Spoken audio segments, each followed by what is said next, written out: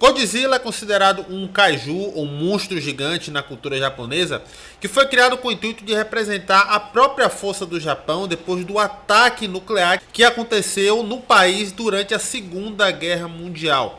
Já ocorreu várias adaptações do Godzilla, ou também conhecido como Gojira, mas a sua primeira adaptação foi a que melhor representa o poder e o símbolo do próprio Godzilla, que foi lançada em 1954. E ao longo dos anos nós tivemos várias adaptações, vários crossovers, vários reboots, várias adaptações em outros tipos de mídia, várias representações do monstro gigante. Algumas foram bem ruins, outras foram galhofas e outras foram apenas divertidas. Mas talvez a melhor representação do que é realmente o Godzilla e de todo o seu poder e monstruosidade está em Godzilla Minus One. E interessante que mesmo usando esse título Godzilla, não é um filme diretamente do próprio monstro gigante em si.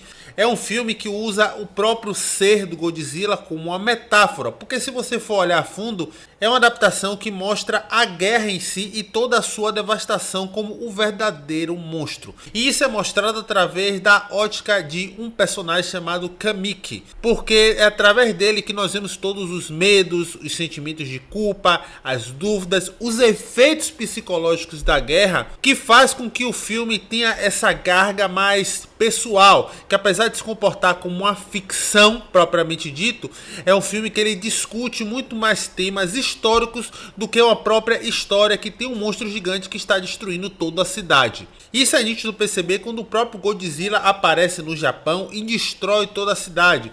Existe uma cena específica onde ele usa o seu poder de destruição, onde existe uma clara referência à própria bomba atômica e de como as pessoas daquele país precisam se reinventar para poder se sobressair de toda aquela destruição. Até porque é um tipo de devastação que não envolve somente a destruição de casas e prédios, e sim a devastação de uma nação, das pessoas que estão passando por toda aquela guerra.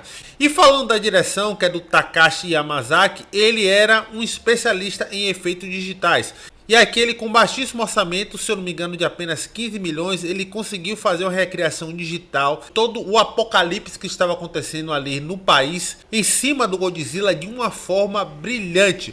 Você percebe que é um filme de baixo orçamento, mas o senso criativo aqui para fazer toda essa construção de ambiente, de mundo, é incrível. Lógico que o filme tem alguns probleminhas, né? Às vezes ele é um pouco apelativo demais, justamente por causa da conveniência para encaminhar ele para um determinado lugar. E inicialmente a narrativa é um pouco arrastada, porque ela foca muito na construção do personagem do Kamiki. E isso deixa a história um pouco mais densa. Mas como um todo, Godzilla Minus One é um excelente filme e sem sombra de dúvidas um dos melhores filmes de monstros já feitos na história. E mesmo sendo uma obra ficcional que usa um kaiju, ele aqui é apenas uma alegoria sobre os efeitos da guerra em todos os sentidos e de como as pessoas precisam se unir para se reconstruir, tanto física como mentalmente.